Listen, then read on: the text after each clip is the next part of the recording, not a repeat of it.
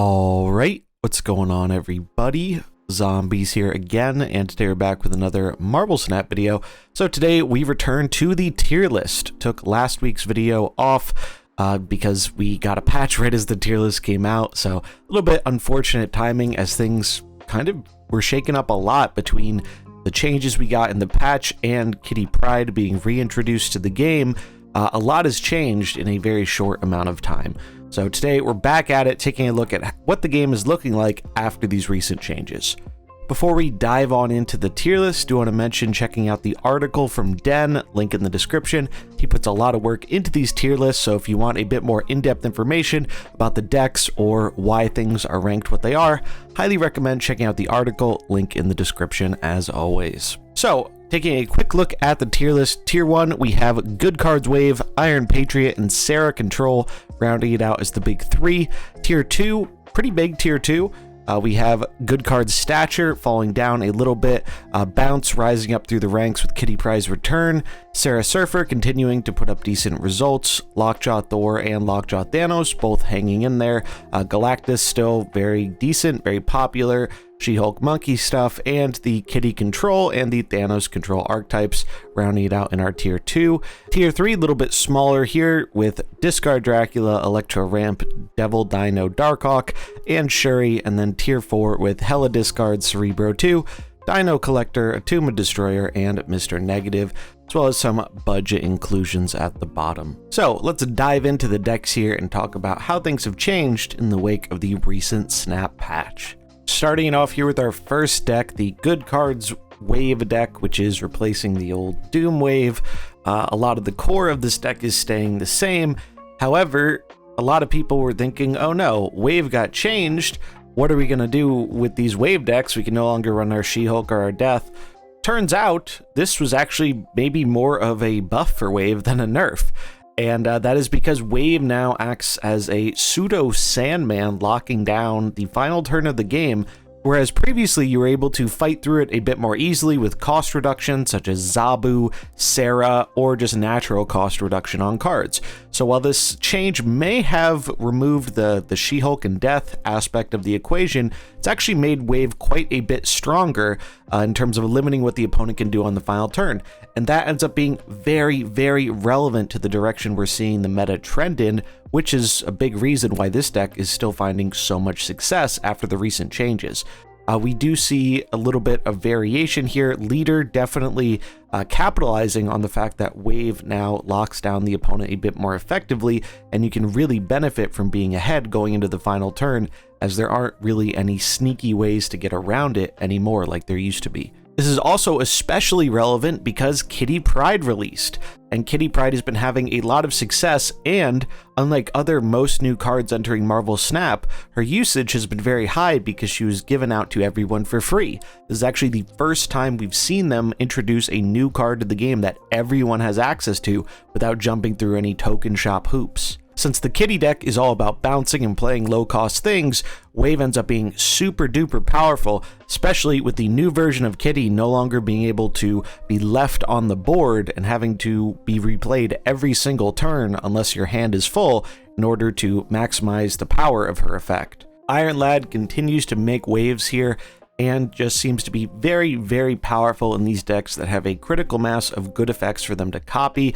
This probably being best or tied for best, where almost every card in this deck is a net positive for Iron Lad. You will have to be a little bit careful about popping an Enchantress by accident in your Darkhawk lane, but outside of that little bit of risk, which you can mitigate pretty easily, just about everything in this deck is good to copy, except for America Chavez, but luckily for us, unless our deck gets shuffled somehow, we won't ever really have the risk of copying Chavez, because she will not be at the top of our deck. Another thing worth pointing out here is that this Wave change has hindered the previous other top tier version of this deck, which we'll get to in a little bit, the Stature version, because one of the big benefits of Stature and Miles was not only were they good stats, but they were effective at getting through a turn 5 wave, which they're no longer able to do effectively. So even though that deck hasn't really been nerfed directly, it has been nerfed pretty significantly indirectly by the fact that wave is so good at locking down the final turn, and the prevalence of Kitty returning has kind of demanded wave be popular in decks as an answer. The core of this deck was already proven to be incredibly strong, and with the recent change to wave, it looks like it might have gotten even stronger, with many calling it the best deck in the game right now. Next up is Iron Patriot. So this is a deck that we first featured in the Silent Performer section when LAD first released. However, there wasn't really enough data to see anything super conclusive about the card yet, since not many people had the card. But as time has gone on, a few builds have caught on, with this one being the most popular and potentially the most powerful. Patriot was having some troubles kind of juggling around between tier 2 and tier 3, quite a bit down from where it was just a month or so ago, where it was tier 1. We were running into all the super scroll mirror stuff. Well, Patriot kind of had a fall from grace since then. However, Iron Lad is very quickly bringing Patriot right back up to the top. The inclusion of Lad has allowed Patriot to play much more impactful cards that otherwise it had a tougher time justifying, those namely being things like Iron Man and Onslaught. Now, with the additional high roll potential of this build, plus the fact that it is very resilient to being locked into wave, which you can see by the fact that it's actually started running wave itself, Patriot just makes a lot of sense right now with this Iron Lad version of the build. Much like the Zabu version, almost all the cards in our deck were happy to copy, so we're really managing to get that critical mass of good cards for Lad to copy to where he provides a significant impact to the performance of the deck.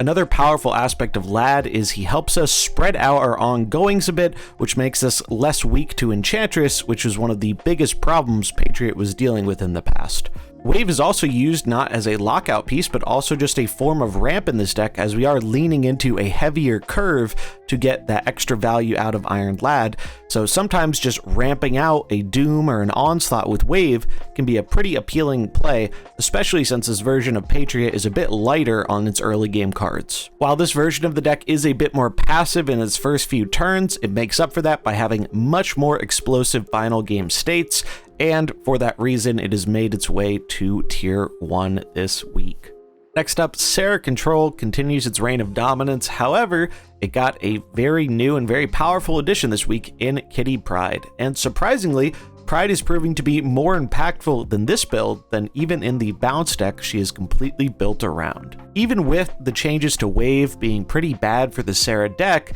it's not enough to keep it down, as the addition of Kitty Pryde has really been a huge boost to cards in the archetype like Angela and Bishop. Sera Control posted a 0.42 cube average this week and was largely outperforming the bounce decks in that category. Surprisingly, the deck is actually down in popularity slightly, before averaging about 8 or 9% popularity, now about 5%, though that might be because people are moving away from it for fear of Wave. However, looking at the numbers, the deck continues to still really perform well for the players that are still on it. Kitty Pryde has raised a lot of questions about how one might want to build the Sera deck. However, what we can see here is the core of the deck is not very different from the Hitmonkey versions we've seen in the past, main big addition being Angela and of course Kitty. Angela gets really out of hand with Kitty Pryde, and she's also really good for not only boosting up our Bishop, but the fact that she goes back to our hand and helps us throw priority, really huge for being able to make an impact with our powerful tech cards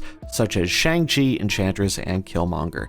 I would not be surprised at all to see this deck uptick in popularity as more people catch on to the fact that Kitty's been a very big boost for it, and it'll be interesting to see how it continues to evolve. Some players opted to try out Bast in this build for the synergy with things like Angela, Mysterio, and Hitmonkey, though a lot of people have seemed to move away from that as the testing has gone on. Sera Control has been a mainstay of Marvel Snap for quite some time now, and with the reintroduction of Kitty Pryde, doesn't look like it's going anywhere from tier 1 anytime soon. Moving into tier 2, we have good card Stature, How the Mighty Have Fallen, and though this is still a solid deck overall, it suffered pretty greatly from the fact that the wave change totally removed Stature's ability to get under such limiting effects. With the good cards wave deck kind of overtaking its role for the premier good card deck in the format, this is definitely not quite as popular as it was just a week or two ago. That said, the deck is by no means bad and is still putting up some fairly impressive numbers,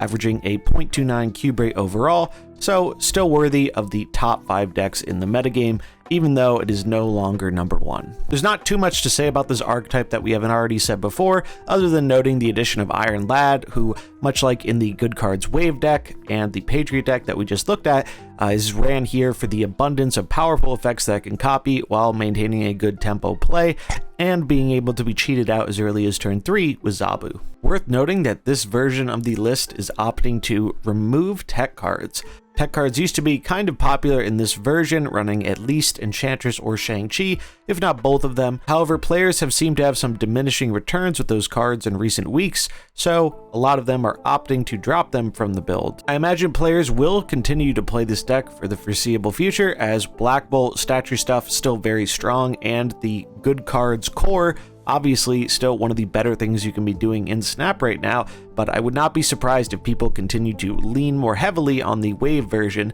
as it has a lot more game against some of the other popular decks in the meta right now.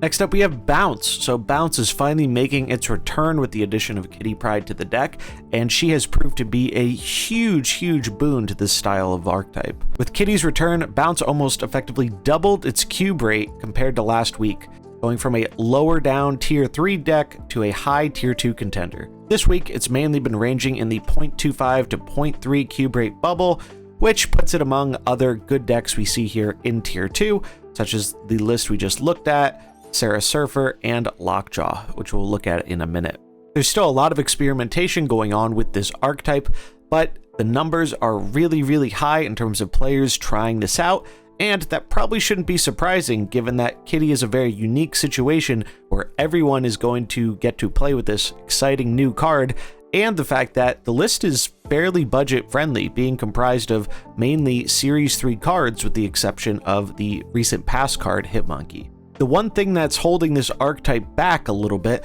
is the fact that Wave got changed, and Wave got changed in a way that is very rough for Kitty. Before a change, Kitty used to be able to more effectively be played through Wave. Now, that doesn't work anymore, and it's probably for the best, as this archetype is very strong, and it'd be interesting to see just how high it might go if it didn't have such a readily available counter in Wave available. That said, even a hard counter such as Wave hasn't been enough to fully keep this deck down, as it is an absolute powerhouse and is able to put out a frankly pretty absurd amount of power while also throwing priority, so it doesn't have to be quite as scared of common tech counters like Killmonger or Shang-Chi. The future of this archetype is definitely more up in the air, as though it does a lot of powerful things, it is always going to be weak to these Wave and Sandman effects, and how popular it remains might determine how popular those decks are as well. So we'll have to wait and see how this plays out, but Kitty Pryde really being a hugely insane boost to the archetype and making it much more worthy of your consideration for something to climb with.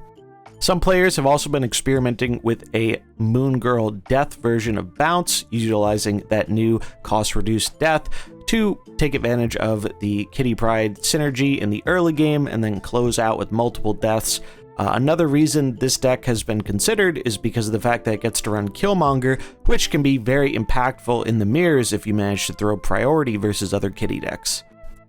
Moving on to Sera Surfer, not a whole lot changed with the archetype this week. In fact, the biggest change here is probably the fact that Silver Surfer became more accessible, dropping to Pool 3, so more people do get to try out the Silver Surfer archetype, of which Sera is the most popular build. Silver Surfer dropping did bring a little bit more popularity to the archetype, but nothing super crazy, and Sera Control continues to still be a much more popular version of the deck to go to if you want to be playing Sera stuff. However, this deck still averaging within the 0.25 to 0.3 cube average makes it a solid tier 2 contender for another third week. Thanos Lockjaw makes a return to tier 2 this week, with the boost from Wave changes being a pretty big benefit for this deck, as even though some versions used to run the death stuff for getting under the Wave, really didn't end up missing it that much relative to how good Wave became at locking down what the opponent can do on the final turn. With this version including Odin, we actually even have the option to lock opponents down for multiple turns, rebuying the wave effect by cheating out our Odin,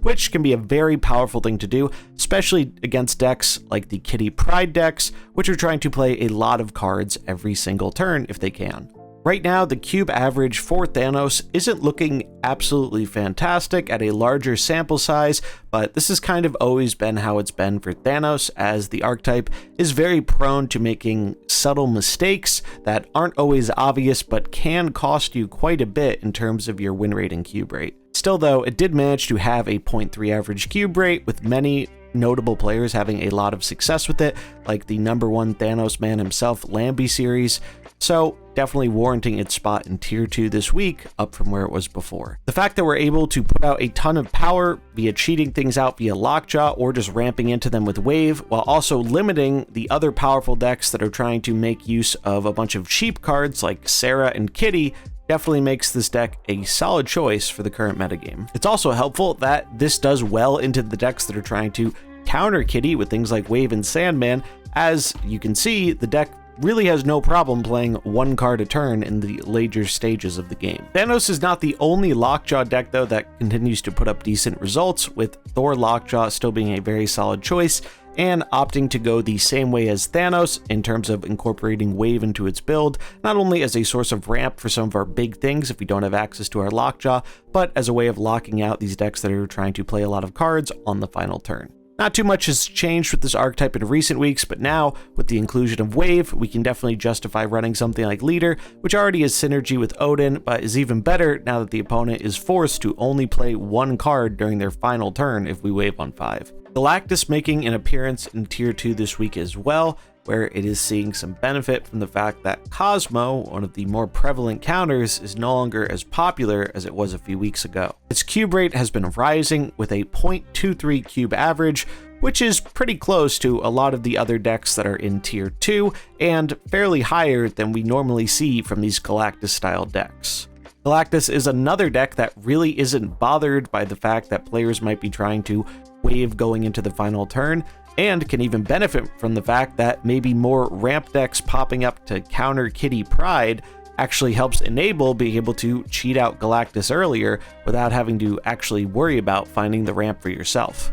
Most of the other top decks right now in tier 1 and tier 2 don't actually run much in the way of countering Galactus, which has probably contributed to his recent success. In fact, Patriot is really the only thing that has some hard counter tools in its normal build. If Galactus's popularity and success stays on this course, I would not be surprised at all for more decks to start incorporating counters to the popular Big Bad. The developers have also commented that Galactus's play rate is a bit higher than they are a fan of, so we might also see some changes in the future, which could also impact the performance of this deck, but no one really knows if or when that will be happening right now. Next up, She-Monkey moving its way from Silent Performer last time to tier 2. So this deck finally had a bit of an increase in terms of popularity, and it's seeing some of the kind of recognition it deserved for putting up pretty solid stats in the past, even though it was never overly popular. Unfortunately, this is a deck that definitely did not benefit from the wave changes,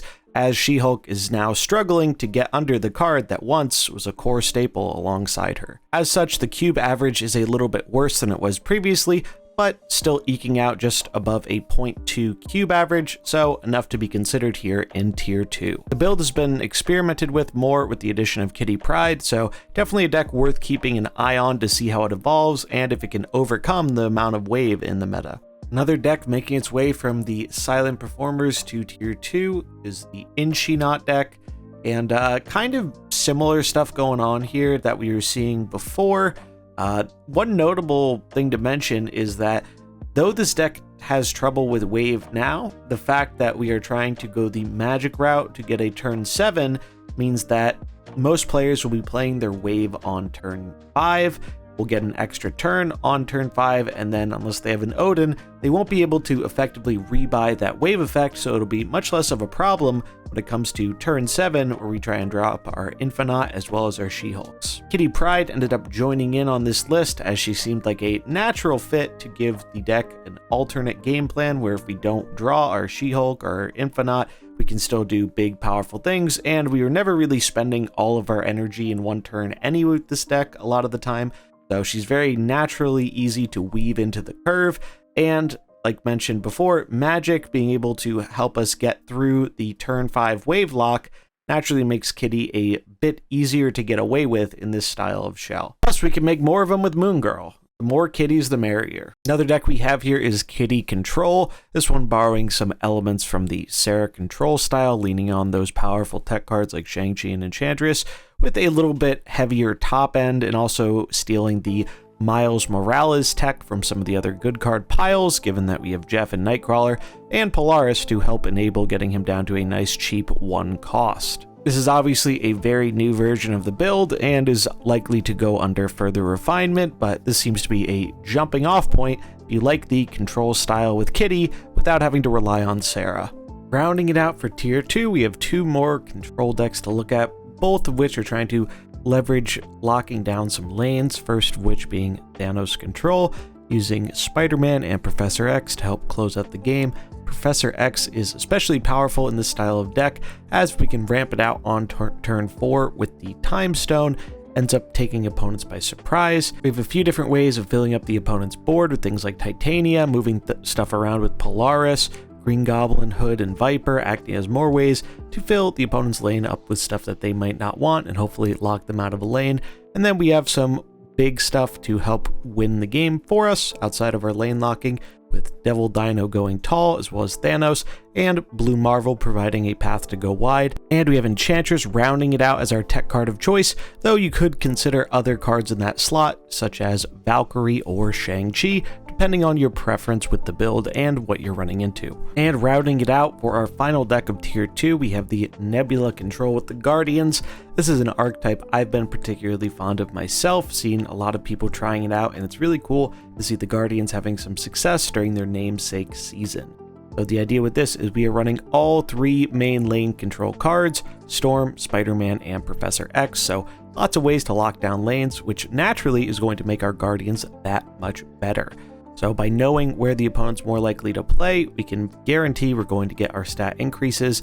and obviously there's synergy with Nebula there too, both in her getting bigger, being in a lane that's closed down, and her enabling the opponent to play into a lane so we have an easier time guessing when we're going to hit with our Guardians, who make up a lot of this total deck. Jeff is very handy in these lane control style decks, as if we close a lane before we are able to win it, he helps us get back in there and surprise the opponent. And Iron Lad, also a very useful addition to this archetype, especially with the potential high roll of hitting something big like our Professor X, Gamora, or even Jeff. We have Zabu to reduce the cost of our powerful 4-drops, and Daredevil to help guarantee that we're using Spider-Man or Professor X on turn 5 to close down a lane right before the end of the game. Lane control is your style of thing. Highly recommend giving this one a try. Really solid deck, and it's super great to see the Guardians finally having some success after not making a much of an impact since release. Moving on to tier 3, gonna go through these a little bit quicker, as frankly not a whole lot has changed with a lot of these decks. Discard making its way down a tier here, and I think the main reason we're seeing that is because it's just having a harder time with a lot of these decks in the meta, particularly the favorite line of discard going MODOK, discarding your whole hand into playing some Swarms and discarding a big Apocalypse or Chavez,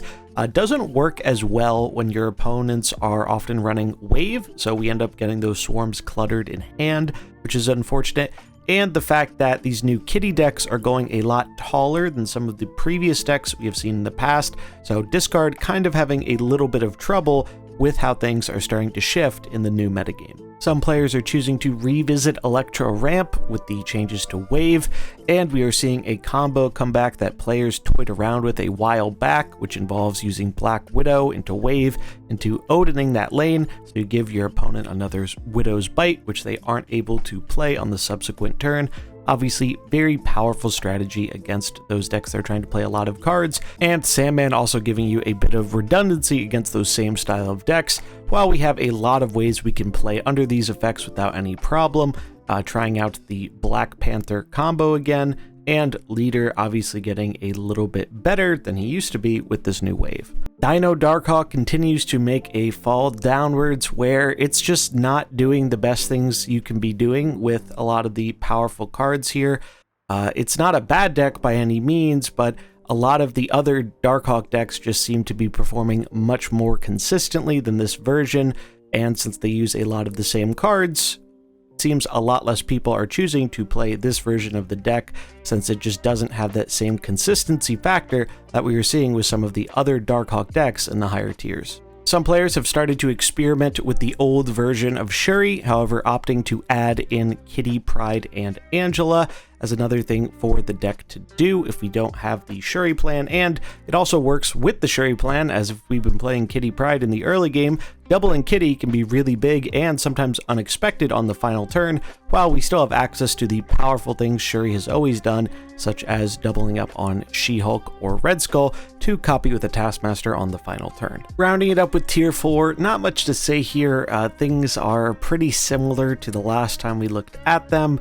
We do see the Dino Collector popping up as people try to experiment with Kitty Pride and the recently buffed Collector in the Devil Dino archetype, but doesn't seem to be having too much breakout success. The same can be said a bit by the Atuma Destroyer list. I know this list has been working well for some people, and I do think that Snap is much more about finding a list that you're comfortable with and works well for you, but as far as the larger sample sizes are looking,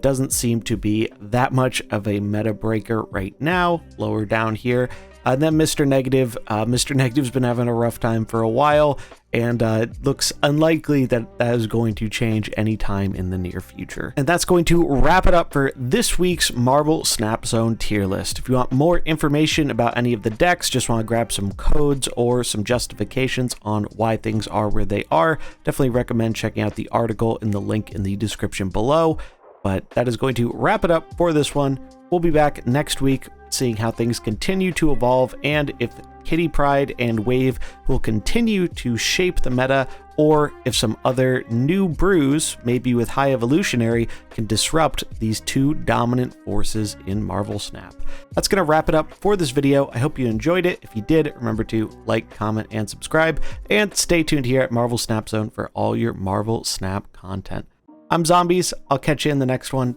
Peace.